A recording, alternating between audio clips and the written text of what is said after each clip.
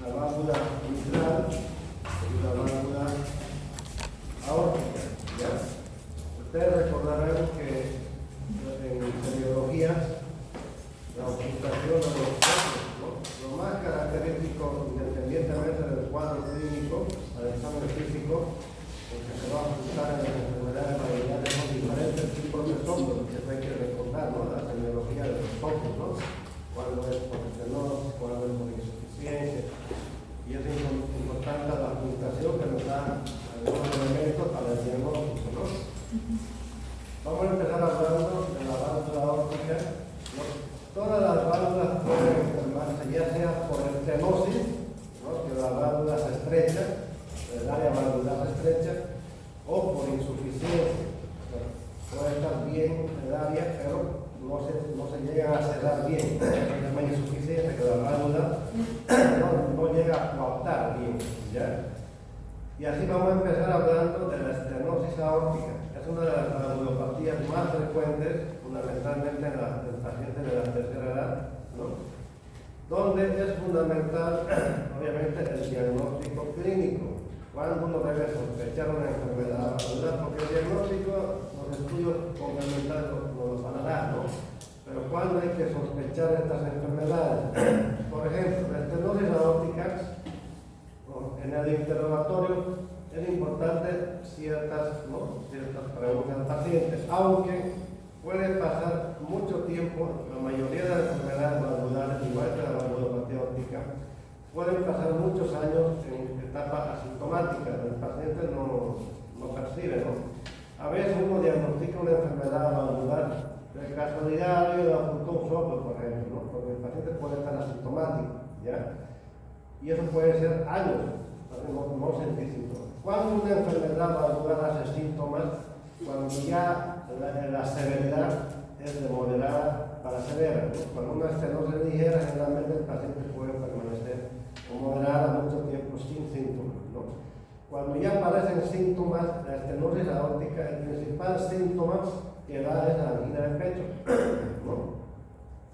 La anterior semana vimos enfermedad coronaria, donde han visto que la angina es una forma de presentación de la enfermedad coronaria, pero también la estenosis aórtica puede dar síntomas anginosos, ¿no? Otros pacientes pueden debutar con un síndrome y otros más raramente con síntomas de insuficiencia cardíaca. Todos los síntomas que conocen de insuficiencia cardíaca puede ser una presentación de una estenosis aórtica, ¿ya? Y más raramente el paciente puede tener fatiga, debilidad general, cianosis, o debutar con alguna complicación, ¿no? Síntomas de fibrilación auricular, hipertensión pulmonar, cuando ya la enfermedad ya es más avanzada. Entonces, ¿qué tiene que usted precisar al examen físico? ¿No? Independientemente de que lo más importante va a ser la ocultación, la estenosis aórtica nos va a dar algunos tips, ¿no? De cómo poder lograr su diagnóstico desde el punto de vista del examen físico. El pulso, por eso es importante aprender a palpar los pulsos, ¿no? Cuando uno palpa muchos pulsos normales, se va a dar cuenta cuando un pulso está disminuido, ¿no? en amplitud. Y es por eso la estenosis aórtica, el pulso que te va a dar es más pequeño, con disminución de su amplitud, ¿no? Ese pulso se llama lento y retardado, ¿ya? Otra cosa que nos va a dar a la hora de medir la presión es que la presión diferencial está disminuida o reducida. ¿Saben lo que es presión diferencial? ¿No? Cuando ustedes restan la presión sistólica menos la diastólica, esa es la presión diferencial. Si un paciente tiene presión 120/80, 120 menos 80 es 40, ¿no es? Y presión diferencial es 40. La mayoría de los pacientes tienen un promedio de 40, 30 su presión diferencial. En la estenosis aórtica se reduce a 30, a 20. El paciente puede tener 120 con 100, 100 con 80, ¿ya? De presión. Y como hay como la estenosis aórtica con el tiempo va a provocar hipertrofia del ventrículo, lo que hace hipertrofiar el ventrículo es todo lo que aumenta la postcarga, hipertrofia del ventrículo izquierdo. Cuando está estrecha la válvula, la sangre va a salir con dificultad. puntaje. Y con el tiempo ese corazón se va a ir hipertrofiando, ¿no? Y eso, cuando uno palpa el latido de la punta, ya eso lo siente un impulso más sostenido, ¿no? Y en algunos pacientes puede desplazarse un poquito más hacia abajo, más hacia la izquierda cuando palpamos el latido de la punta, ¿ya? A la ocultación, generalmente lo que más elementos nos da, obviamente lo que vamos a precisar más es el soplo, ¿no? Pero antes de ocultar el soplo podemos sentir por ejemplo que normalmente el primer ruido y el segundo ruido pueden no cambiar de intensidad, pero en algunos pacientes puede disminuir la intensidad del primer ruido, ¿no? Eso es algo más subjetivo, ¿no? Y a otros pacientes puede haber desdoblamiento del segundo. No se olviden que el segundo ruido se da por el cierre de las válvulas sigmoideas, o sea, por el cierre de la válvula aórtica, ¿no? Por tanto, el segundo ruido puede desdoblar, o sea, puede retrasarse el cierre de la aórtica. Primero puede cerrarse la pulmonar, después la aórtica. Por eso se tiende a desdoblar el segundo ruido, ¿ya? Y esto es más difícil de ocultar. Puede haber un chasquido, a la hora de abrirse la válvula puede emitir un chasquido, un sonido, como si ustedes golpearan una piedrita debajo del agua. Esos son los chasquidos, como un sonido metálico. A la apertura de la válvula, o sea, durante el inicio de la esfínter. Pero lo más característico obviamente es el soplo. Los soplos de una estenosis sigmoidea, ¿de qué tipo son? Tienen que recordar, eso no va a cambiar, los hemos visto en semiología. Todas las estenosis sigmoideas dan soplo sistólico, ¿ya? Por tanto, el soplo en la estenosis aórtica va a ser sistólica. ¿Dónde lo vamos a ocultar más fuerte? Obviamente en el foco aórtico, o en el segundo foco aórtico, o en los dos focos aórticos. Eso es lo más característico de la ocultación de un paciente con estenosis. Mientras más intensa sea la enfermedad, el soplo se va a escuchar más fuerte, ¿no? Si usted escucha un soplo bajito, grado 1, grado 2, probablemente la estenosis sea ligera, ¿no? Hay pacientes, incluso nosotros apuntamos soplos sistólicos bajitos, en foco aórtico, y a veces no necesariamente tiene que estar la válvula estrecha, a veces ya se va calcificando la válvula por la edad, ¿no?, del paciente, ¿no? Y lo más característico obviamente va a ser la ocultación de un soplo de tipo sistólico, ¿ya? Ahora, se pueden realizar diferentes tipos, a veces no ocultamos el soplo muy bajito, de muy baja intensidad. Podemos hacer ciertas maniobras, como la maniobra de Valsalva, o al paciente hacerlo ponerlo de cuclillas, ¿no?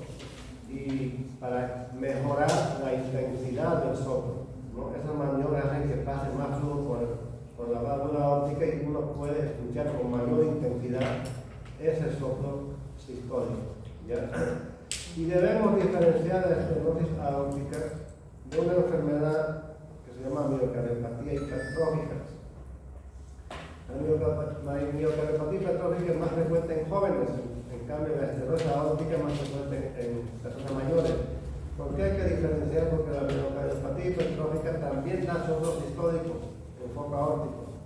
Por eso esos dos, cuando uno siente un soplo en foco aórtico, esas dos enfermedades son las que tiene que pensar primero. Si es una persona mayor, probablemente sea una estenosis aórtica. Una joven, probablemente sea una miocardiopatía hipertrófica, ¿ya?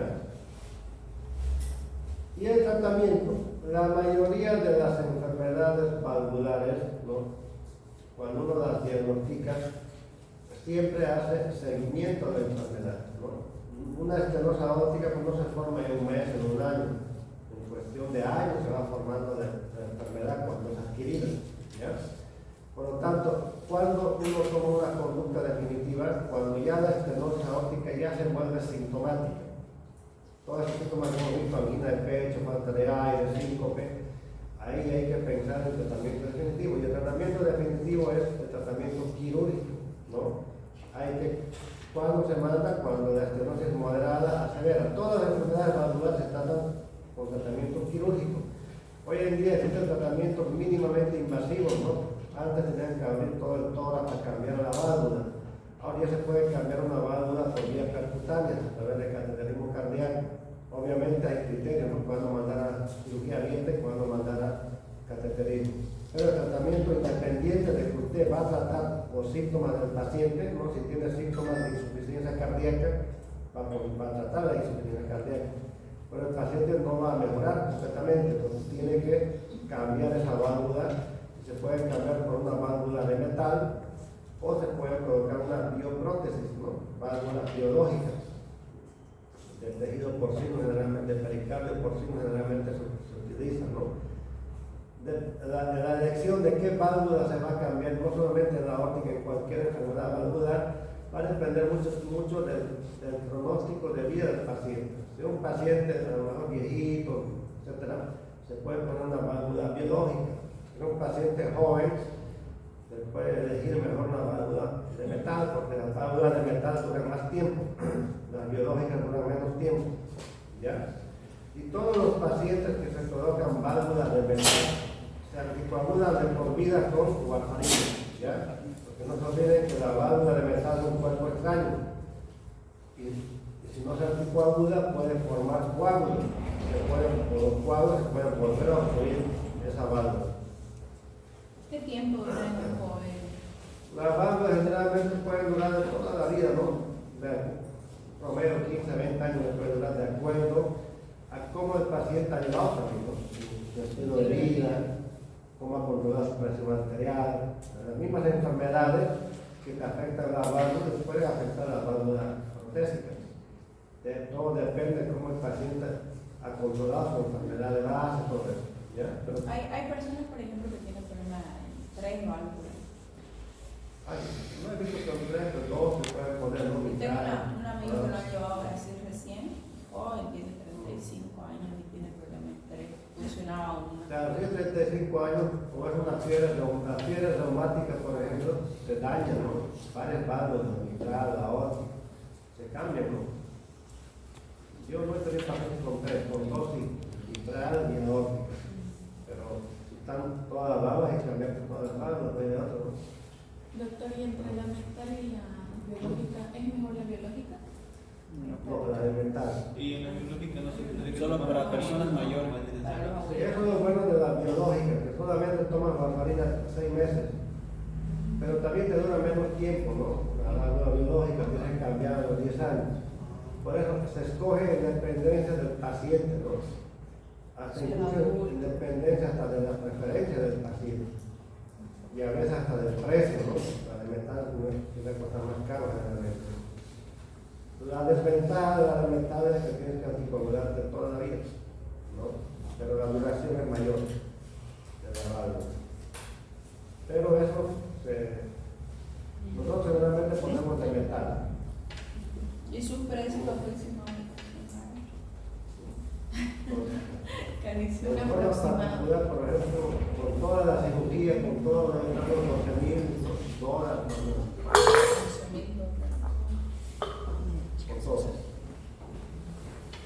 Vamos con la insuficiencia aórtica. Las insuficiencias son lo contrario, ¿no? Aquí el área valvular puede estar normal, pero el problema es la válvula. ¿Qué hace la válvula? Abre y cierra. En la estenosis el problema es de la apertura, que está muy estrecha. En la insuficiencia puede estar bien la apertura, pero el problema es el cierre. La válvula no llega a cortar bien, no cierra. ¿Lo ves? Por eso provoca un shock de regurgitación, se llama. Si no cierra bien, en el próximo latido, la sangre va a regresar por ahí, ¿no ves? Porque la válvula tiene que abrirse para que pase la sangre por ahí y cerrarse para que no regrese. Por lo tanto, cuando hay una insuficiencia, la sangre va a regresar retrógradamente, porque la sangre tiene que ir en un solo sentido, ¿no? Si la válvula por una razón no puede cerrarse, el corazón generalmente, en la insuficiencia, primeramente cuando se abre la válvula no pasa nada, sale. Pero cuando tiene que cerrarse, sigue abierta. Por tanto, la sangre va a regresar de la aorta al ventrículo izquierdo.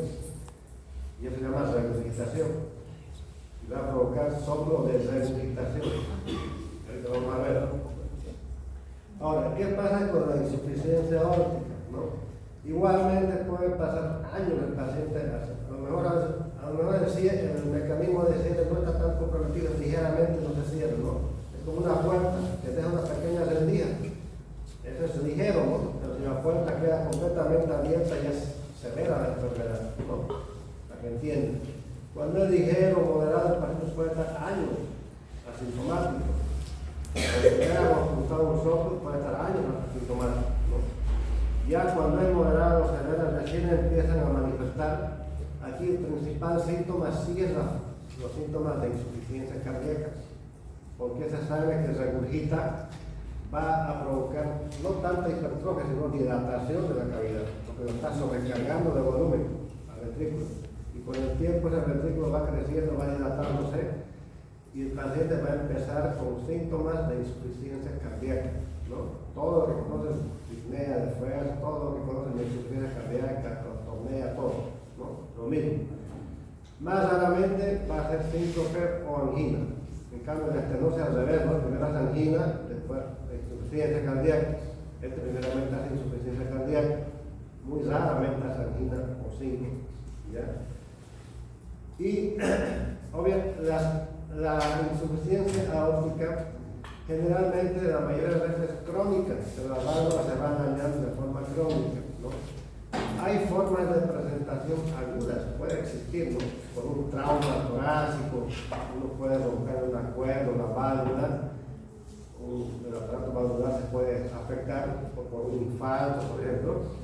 Ahí puede haber una presentación aguda, pero más frecuente que sea la enfermedad crónica, ¿no? De presentación progresiva. ¿Y cómo identificamos al examen físico? ¿No? El examen físico puede ser normal cuando la enfermedad es ligera, moderada. Cuando ya es severa, aparece un signo que se llama signo de Muset. ¿Qué significa signo de Muset? El paciente en cada latido cardíaco mueve la cabeza, como diciéndole sí, así. Así como que sus latidos más o menos se mueven. Cada que el corazón lata, se contrae, cada que pasa el flujo por la carótida, el paciente mueve la cabeza. ¿Cómo se llama el síndrome? Signo de Muset, aquí también. Signo de Sí. Eso obviamente es cuando es severa la enfermedad, ¿no? Después puede aparecer pulso de corria. ¿Qué significa eso? Que el pulso lo sienten brusco y después ¡pum!, se apaga la fiesta, ¿ya?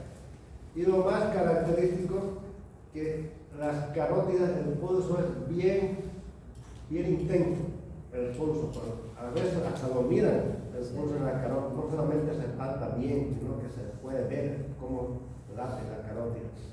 ¿Por qué? Porque no se olviden que con el corazón se va sobrecargado de volumen, el próximo latido que viene pues más intenso, porque el volumen que inyecta es mayor, porque es el volumen que viene de lo que tiene, que viene de lo que regresó. Por tanto, cada vez se expulsa un volumen grande. Solamente en el cuello, doctor, o puede ser. Más visible en el cuello, ¿no? Porque la carótida es una arteria grande, ¿no? Es más visible. Y cuando se le nota en las manos. Incluso en los dedos se puede sentir, eso se llama signo de Quinqué. Uno siente las pulsaciones, se pone en el dedo, siente que pulsa el dedo también. Sí, también he visto que se le pone luz, se puede ver aquí la palpitación. Se puede. Ajá, se da por eso. Cuando usted palpa aquí en el pulso, ahorita toca ese dedo, siente en el pulso, ¿no ves? Pero este paciente puede sentir el pulso en el dedo, porque está llegando fuerte también el chorro, hasta la punta llega. Ese es el signo de Quinqué. Y hay así muchos signos, ¿no? Pero estos son lo más característicos. ¿Y qué pasa con la presión diferencial?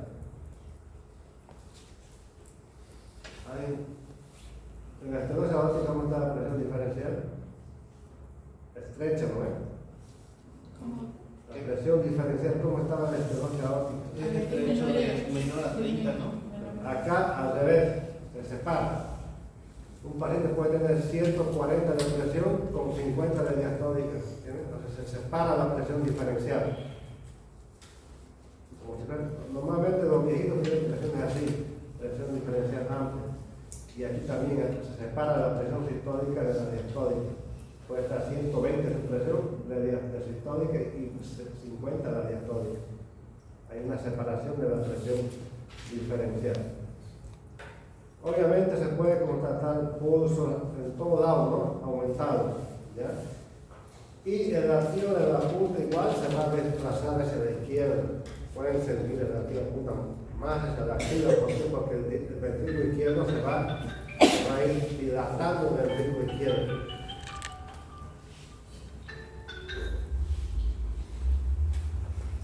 A la ocultación. Por eso no se olviden que la inspección, la palpación, a veces nos dan elementos, ¿no? Aunque lo más importante sea una vez uno se olvida de la inspección, de la palpación, uno va directamente a veces a la ocultación, ¿no? La ocultación es lo mismo, puede no dar nada, ¿no? Pero a medida que la enfermedad progresa, cuando ya es una insuficiencia moderada, severa, vamos a sentir, ¿no? El soplo. Pero antes del soplo podemos ver, por ejemplo, que puede haber presencia del tercer ruido. Eso ocurre generalmente durante el llenado rápido. Puede ser segundo ruido, puede escuchar un tercer ruido, que es por el llenado, ¿ya? Y lo más, los sonidos del segundo ruido pueden disminuir igual. Como la válvula no coopta bien, el segundo ruido a veces disminuye la intensidad, ¿ya? ¿Y el soplo qué sería? ¿Sistólico o diastólico? ¿Ya? Los soplos generalmente de insuficiencia sigmoidea dan soplo diastólico.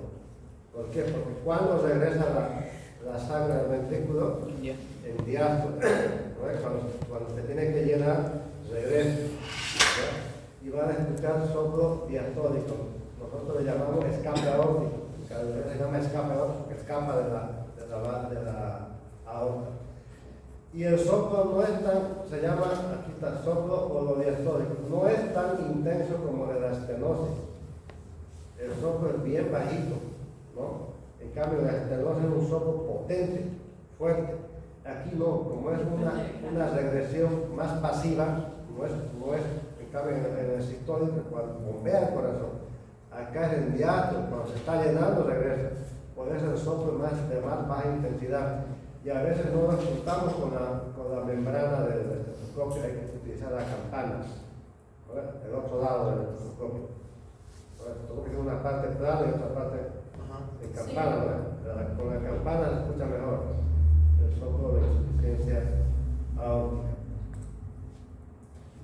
Igualmente se pueden hacer maniobras dinámicas, ¿no? Como la maniobra de Valsalva, posicionamiento de cuclillas para tratar de mejorar la intensidad del soplo. Ahora, una forma de presentación, como les dije, puede ser una insuficiencia aguda, ¿no? Un paciente puede venir, pero la insuficiencia aguda ya es diferente. Un paciente cuando estando bien, por alguna razón, se afectó la válvula, ya sea por un trauma, etcétera, por un isoma o algo, la presentación también es aguda. Un paciente va a venir con edema agudo, ¿no? Por una insuficiencia aórtica aguda, no es insidiosa y progresiva como la crónica. El paciente va a empezar con síntomas de insuficiencia cardíaca, va a ir progresando. En cambio, la presentación aguda puede llegar al paciente con edema agudo, ¿no? ¿Por qué? Porque no le da tiempo al ventrículo de adaptarse, como fue. La lesión fue brusca, abrupta, entonces la sobrecarga es abrupta. El ventrículo no le da tiempo a adaptarse y la sangre regurgita. Y regresa a los pulmones y hace un edema agudo del pulmón. Y el tratamiento de las enfermedades valvulares es lo mismo, ¿no? Hay que cambiar la válvula. Bueno, normalmente uno cambia la válvula cuando la enfermedad ya es moderada, severa y el paciente empieza a tener síntomas. Si no tiene síntomas se puede esperar, ¿no? O a veces hay que buscar los síntomas. A veces el paciente no tiene síntomas porque no hace nada. A veces hay que mandarlo a caminar, hacer actividad física, a veces realmente está asintomático, ¿ya? Igual, se cambia la válvula, obviamente tienen que tratar la insuficiencia cardíaca, si tienen insuficiencia cardíaca, tienen que tratarla. Y el tratamiento definitivo igual, hay que cambiar por una válvula de metal, una válvula biológica, o se puede, ya sea por cirugía abierta o por cirugía mínimamente invasiva, a través de cateterismo cardíaco. Si le pusieron válvula mecánica, igual, anticoagulación con warfarina de por vida. En estos pacientes con válvula de metal, solamente se puede anticoagular con ticumarínicos, antagonistas de la vitamina K. No se puede, han visto que en consulta hemos usado otros anticoagulantes, ¿no? Como la Pixabat y los Sabran. Esos no tienen acción en las válvulas de metal, solamente los antagonistas de la vitamina K, como la warfarina, como el acenotubarón. ¿Ya? Vamos a la válvula mitral. ¿Ya? La válvula mitral, lo mismo. Se puede enfermar ya sea por estenosis o por insuficiencia. Cuando hay estenosis, lo mismo, cuando el área valvular está disminuida, está estrecha, ¿no? Por tanto, el problema va a ser ya no a la salida. ¿Cuándo tiene que abrirse la mitral? En diástole, ¿no ves? Porque en diástole tiene que abrirse para que se llene el ventrículo izquierdo. Por tanto, en diástole va a estar su problema de no se va a llenar bien porque la válvula está estrecha. Ya, ahorita vamos a ver. Y vamos a hablar un poquito de fisiopatología. Generalmente las fisiopatologías confluyen en un punto. ¿Qué pasa si ustedes tienen que, cuando hablan de fisiopatología, tienen que partir al punto, además, o sea, tienen que ir al punto de partida. Si en este caso una estenosis, la válvula está estrecha y por ahí tiene que pasar sangre, por tanto la aurícula izquierda cuando pasa la sangre a la aurícula izquierda, al ventrículo izquierdo, la sangre va a pasar con dificultad, ¿no ves? Por una válvula más estrecha. No es lo mismo pasar por una puerta grande que por una puerta estrecha, va a pasar con dificultad. Con el tiempo va a sobrecargar, la aurícula va a tener que hacer más fuerza para pasar por esa válvula estrecha. Y con el tiempo la aurícula izquierda va a ir creciendo. Por eso se dilata la aurícula izquierda, ¿ya? Va a ir aumentando de tamaño y la sangre, como la enfermedad sigue, ¿no? Entonces la sangre va a tender a regresar hacia atrás, retrógradamente. Por eso estos pacientes aumentan hacia atrás, los capilares pulmonares aumentan sus presiones de llenado, ¿ya? Porque la sangre está regurgitando, está regresando. Por eso los pacientes tienen falta de aire, porque los capilares pulmonares están más tensos y puede haber crepitante porque la sangre puede extravasar hacia el pulmón. Por eso los pacientes vamos a ver que después hacen síntomas de insuficiencia cardíaca. ¿Ya? Y con el tiempo, como los capilares pulmonares están muy tensos, la arteria pulmonar se pone tensa y con el tiempo estos pacientes van a hacer hipertensión pulmonar reactiva. Y sigue progresando la enfermedad, la hipertensión pulmonar ya va a sobrecargar ya las cavidades derechas. Y con el tiempo ya también van a empezar a crecer las cavidades derechas. La enfermedad va progresando de ser una enfermedad de provocar síntomas de insuficiencia cardíaca izquierda, va a empezar al final a presentar síntomas de insuficiencia cardíaca derecha, porque la sobrecarga pues, va a repercutir hacia el lado, retrógradamente, ¿no ves? Hacia las cavidades derechas. Y con el tiempo el paciente va a dar recién síntomas, ¿no? ¿Cuáles son las causas más frecuentes? ¿No? Puede haber causas congénitas. La causa congénita más frecuente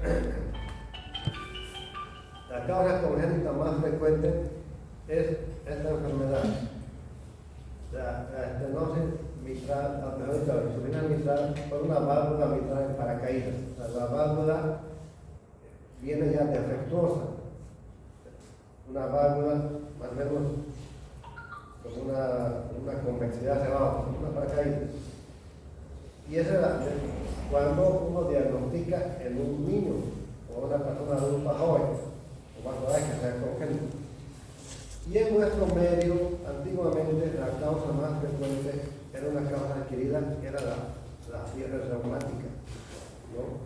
La fiebre reumática ha hecho mucho daño en los países del tercer mundo por un mal tratamiento de las amigdalitis. O sea, las amigdalitis a veces no se trataban con antibióticos, una amigdalitis pura, ¿no? Bacteriana.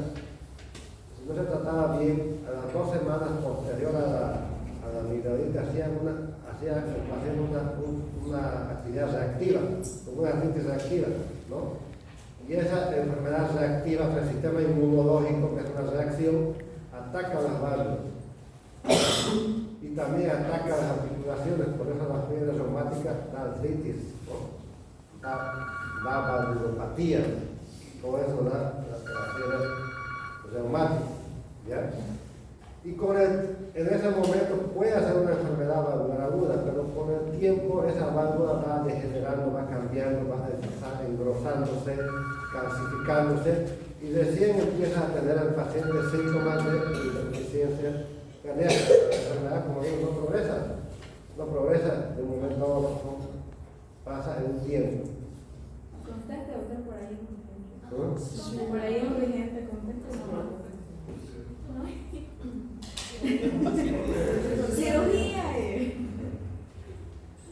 Entonces, cuando la válvula da síntomas, generalmente cuando ya es moderada o severa, ¿no? Cuando el área valvular, por ejemplo, normalmente el área valvular está por encima de 4 centímetros cuadrados, una área valvular normal. Cuando se habla de estenosis, cuando ya empieza a bajar de 2 centímetros cuadrados. Cuando es menos de 1, el área de la estrechez ya es severa. El paciente recién da síntomas. El principal síntoma es igual a los síntomas de insuficiencia cardíaca, apnea, todo esto, con el tiempo va a dar hipertensión pulmonar. Y a la ocultación es algo típico que vamos a ver ahorita, ¿no? Por eso, el síntoma principal va a ser la apnea. Esto por ejemplo puede ser hemoptisis, o sea, pueden expectorar sangre, ¿no? Puede tener tos, oquera, disfagia, etc. Y al examen físico a veces no vemos muchas cosas, ¿no? A la expresión, a la palpación. Pero a la ocultación, lo característico es el ritmo del neurocías. Es muy difícil identificar los 4 elementos del ritmo del neurocías.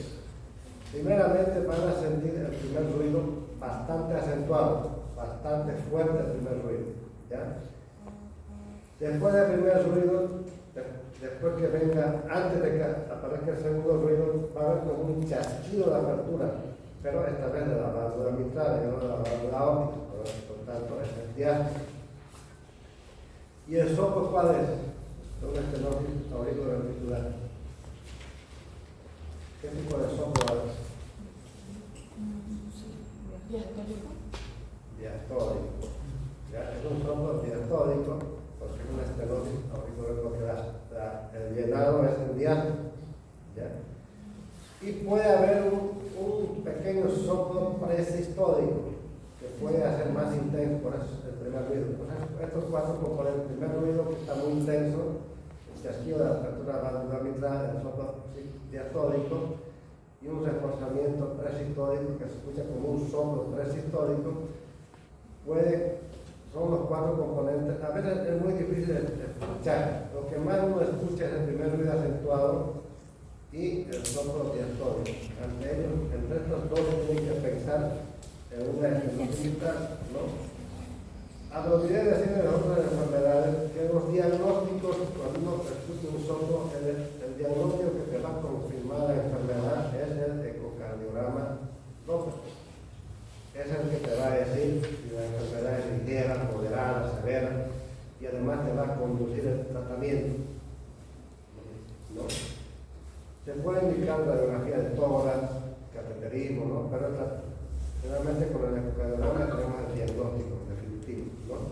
Y el tratamiento es lo mismo, quirúrgico, ya sea cambiar la válvula o acá hay un tratamiento que se hace en algunos pacientes, ¿no? Que se llama valvuloplastia con balón. A través del cateterismo se se pasa con un globito a la válvula mitral y se infla el globo, se la trata de abrir la válvula. Como está estrecha, con el globo se la trata de abrir. Este tratamiento se indica cuando la válvula no está muy calcificada. Y eso se ve por el ecocardiograma si está o no calcificada. ¿Ya? Cuando no está muy calcificada, entonces se puede abrir con ese baloncito. Si no se puede, hay que mandar al paciente a cambiar la válvula. Algunos médicos recomiendan, a veces, en algunos pacientes muy pocos se puede reparar la válvula, ¿no? Lógicamente, pero generalmente lo que es cambiar la válvula, es lo más conveniente. Igual, generalmente la válvula que se pone en las mitrales generalmente es de metal. Es muy raro que se ponga biológico, generalmente se pone de metal. ¿Ya? Obviamente el ecocardiograma te indica cuándo vas a mandar a operar, o cuándo vas a mandar a reparar, o cuándo vas a mandar a inflar por el valor, ¿no? Y estos pacientes igual se van a anticoagular de por vida con antagonistas de la vitamina K como la warfarina. Y las complicaciones son hipertensión secundaria, como te dije, no puede dar arritmias, tromboembolismo pulmonar, disfunción cardíaca del lado derecho, cualquier tipo de arritmia, fundamentalmente fibrilación auricular. ¿Está bien? Y la otra válvula que vamos a abordar el día de hoy es la insuficiencia mitral, ¿no? Igual es muy frecuente esta enfermedad. Es lo contrario, ¿no? Esta vez la válvula puede estar bien en el área, pero no se cierra bien, ¿ya? Y si no se cierra bien, ¿no? ¿Cuándo se cierra la válvula mitral? En la sístole, ¿no? Cuando el corazón tiene que contraerse, sigue abierta la mitral, o sea, la sangre va a ir a la aórtica y a la mitral, o sea, va a regresar por la mitral hacia la auricular izquierda, ¿no es? Porque tiene que estar cerrada por la contracción, y por eso va a provocar una regurgitación mitral, ¿ya? Es frecuente. Hay una causa que es congénita, que es jóvenes, que es el prolapso de la válvula mitral. La mayoría de las veces es degenerativa, ¿no? O por misomas, o por cardiopatía isquémica también puede haber. La fisiopatología es parecida, ¿no? Si la válvula mitral no se cierra, cuando el ventrículo izquierdo se contrae, la sangre va a regresar hacia la aurícula, retrógradamente. Y eso con el tiempo igual va a sobrecargar la aurícula izquierda y la sangre va a regurgitar. Y al final hace lo mismo, ¿no? Aumenta presiones capilares por un mecanismo diferente, pero al final igual va a sobrecargar los capilares pulmonares y el paciente con el tiempo va a ser igual, insuficiencia cardíaca, todo lo que se conoce, los síntomas de insuficiencia cardíaca. Ya de examen físico, lo característico es esto, ¿no? El soplo, ¿qué soplo sería? La insuficiencia. Cuando la sangre regurgita, sístole, ¿no es? Por tanto, el soplo va a ser de regurgitación, pero sistólico, intenso, un poco mitral, ¿no? Con irradiación hacia la axila. Y el tratamiento es lo mismo. Usted va a tratar los síntomas, ¿no? Tratamiento médico o tratamiento quirúrgico, va a reparar la válvula o la va a cambiar por una válvula mecánica. ¿Está bien? Bueno, hasta ahí. Doctor, cuando hay, digamos, una insuficiencia mitral, ¿qué aumenta en el ventrículo derecho? ¿El diámetro del músculo o el área de ¿En el ventrículo? del ventrículo? Las dos cosas. Cuando hay hipertensión derecho, Ajá. el ventrículo derecho va a empezar a crecer cuando hay hipertensión pulmonar, la sobrecarga por la aumenta por carga. Va a provocar primero el hipertrofia, que va a pasar de vencer y después se va a ir. ¿Ya?